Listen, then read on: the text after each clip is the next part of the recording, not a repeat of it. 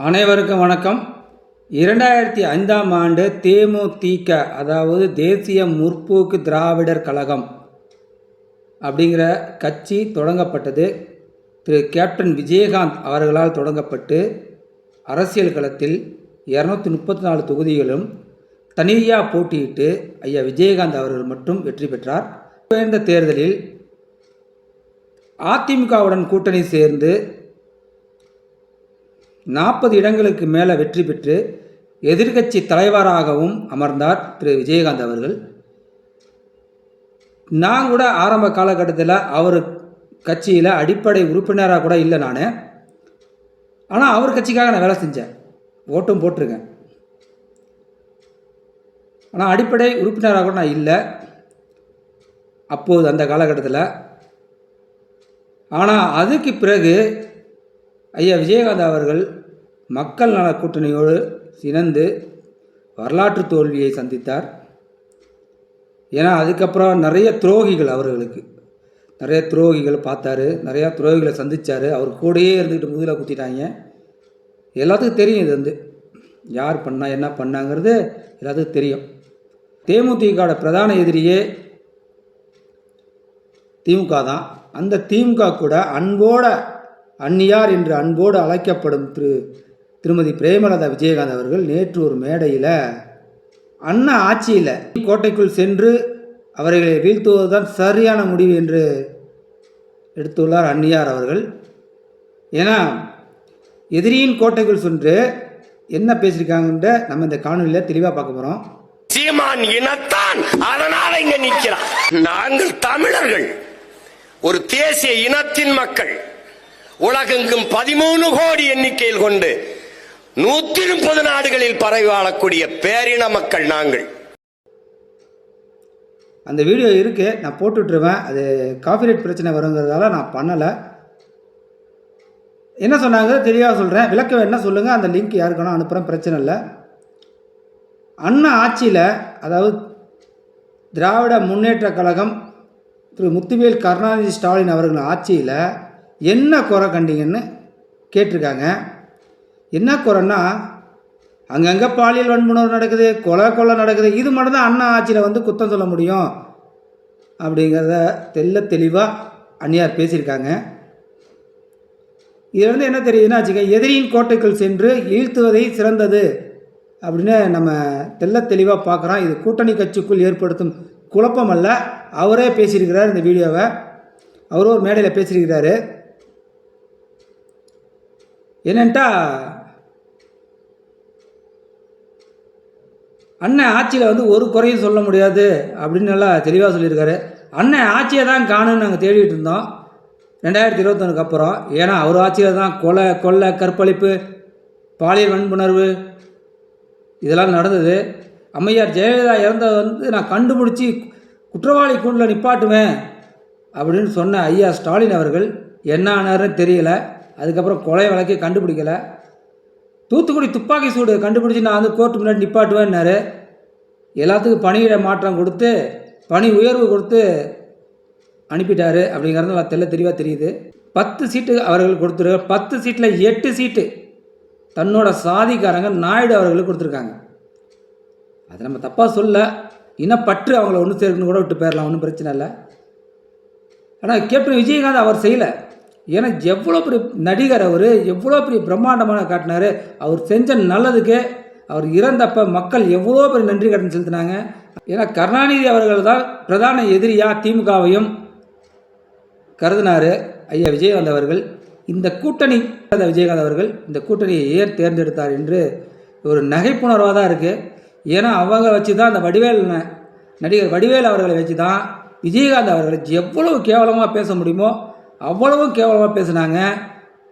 ஏன்னா விஜயகாந்த் அவர்களால் தான் வளர்ந்தவர் வடிவேல். இன்னைக்கு கூட்டணியில் இருக்காங்கிறதுக்காக தேமுதிக தொண்டர்கள்லாம் வாக்கு கேட்குறாங்க திமுகவுக்கு. தேமுதிக உண்மையான தொண்டை அவங்க கட்சிக்கு மட்டும் வாக்கலிங்க. அவங்க கட்சி தொண்டர்கள் எங்கே வேட்பாளர் நிப்பாட்டுறீங்களோ அங்கே மட்டும் வாக்களிங்க. ஏன்னா கூட்டணி கட்சி திமுக வாக்களித்து ஒரு பயனும் இல்லை. 234 தொகுதிகளும் தனித்து போட்டியிட்ட ஒரு கட்சி இன்றைக்கி அதில் பாதாளத்தில் இருக்குது. இதே தான் நாம் தமிழர் இருந்துச்சு. செந்தமிழன் சீமான் அவர்கள் சொல்கிறாங்க, எங்களுக்கு யார் கூட்டணி வராது, ஒத்து வராதுப்பா, நாங்கள் தனிச்சு தான் நிற்போம். ஏன்னா இந்த திருட்டு திராவிட கூட்டத்தோட அண்ணன் சேர மாட்டார். புரியுதுங்களா? ஏன்னா மண்ணை கொள்ளையடிக்கிறவன், மலையை சுரண்டி விற்கிறவன், கனிம வளால கொள்ளையடிக்கிறவன் பூரா இந்த திராவிட கட்சியில் இருக்கான். 1000 கோடி ஊழல்ன்றாங்க, 2000 கோடி ஊழல்ன்றாங்க, 500 கோடி ஊழல்ன்றாங்க. எப்பா எப்படிப்பா உங்க மனசு வருது உங்களுக்குலாம் கோடி கோடியாக கொள்ளையடிக்க?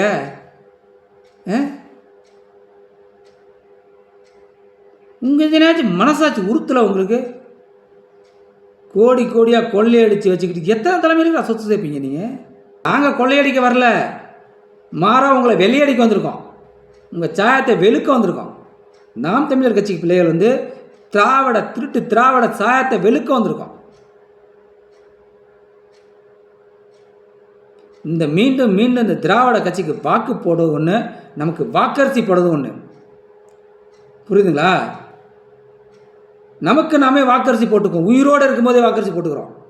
இந்த திராவிட கட்சிக்கு வாக்களிப்பது ஒன்று, நாம் வந்து நமக்கு நாமே வாக்கரிசி போடுவது ஒன்று.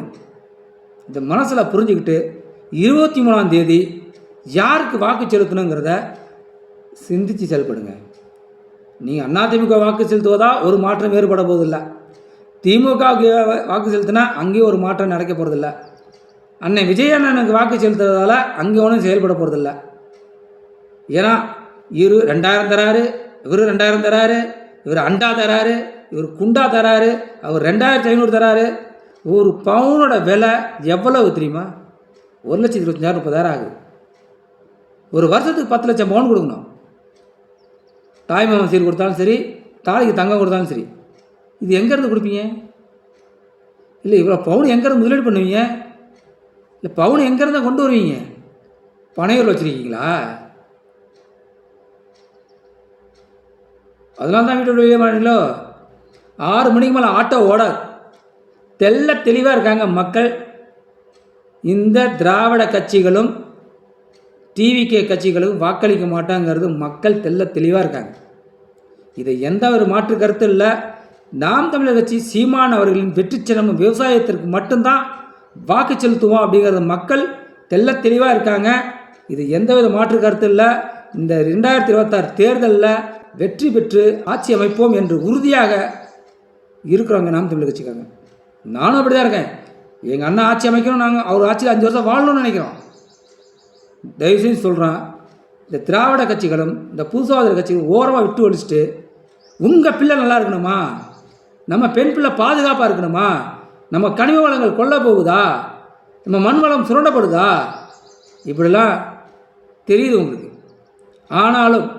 ஆனாலும் இந்த மது கடையால் எத்தனாயிரம் குடும்பங்கள் சீரழிஞ்சு கிடைக்கு தெரியுமா? நாங்கள் செல்லும் இடமெல்லாம் எப்படியாவது நீங்கள் ஆட்சிக்கு வந்தால் இந்த மதுவை மட்டும் ஒழித்து விடுங்கள், டாஸ்மாக் என்னும் சாராய கடையை ஒழித்து விடுங்கள், உங்களுக்கு கோடி புண்ணியம் அப்படின்ற மக்கள் வந்து தெளிவாக பதிவு பண்ணுறாங்க. 1000 குடும்பங்கிறதுக்கு நாம் காரணமாக இருக்கோம், நீங்கள் நாங்கள் எல்லாமே காரணமாக இருக்கோம். ஏன்னா இந்த திராவிட கட்சிக்கு வாக்களித்த ஒவ்வொருத்தரும் காரணமாக இருக்கீங்க. அப்புறம் என் பிள்ளை குடிக்கிறான்னா பொண்ணு கொடுக்க மாட்டான், எப்படி கொடுப்பான்? குடிகார பிள்ளைங்க அவன் கட்டி கொடுத்துருவோமா? நம்ம பிள்ளைய குடிகாரனை கட்டி கொடுத்துருவோமா? அப்புறம் எப்படி சாராயம் விற்கிற திருட்டு திராவிடத்துக்கு வாக்களிக்கிறீங்க? இது தவறு இல்லையா? எதை ஒன்றும் புதுசாக தேடுற நீங்கள் ஏன் இந்த திராவிட கட்சிக்கு வாக்களிக்கிறீங்க?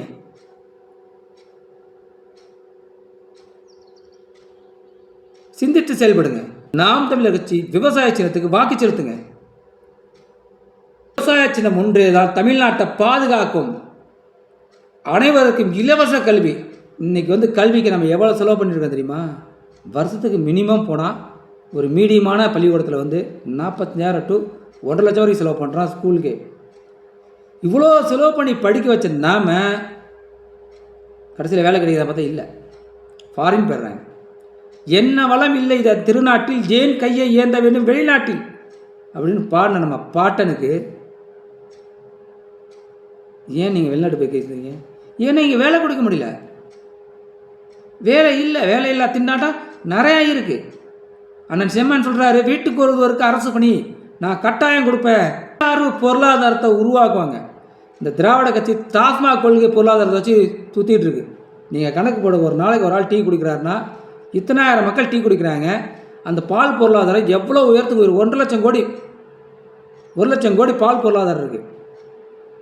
இதெல்லாம் மேம்படுத்தணும். தற்சார்பு பொருளாதாரம் உருவாக்குவோம். நம்பிக்கையோட வாக்களிங்க, நம்பி வாக்களிங்க, எங்களை ஆட்சியில் அமர வைங்க. நன்றி, வணக்கம். நாம் தமிழர்.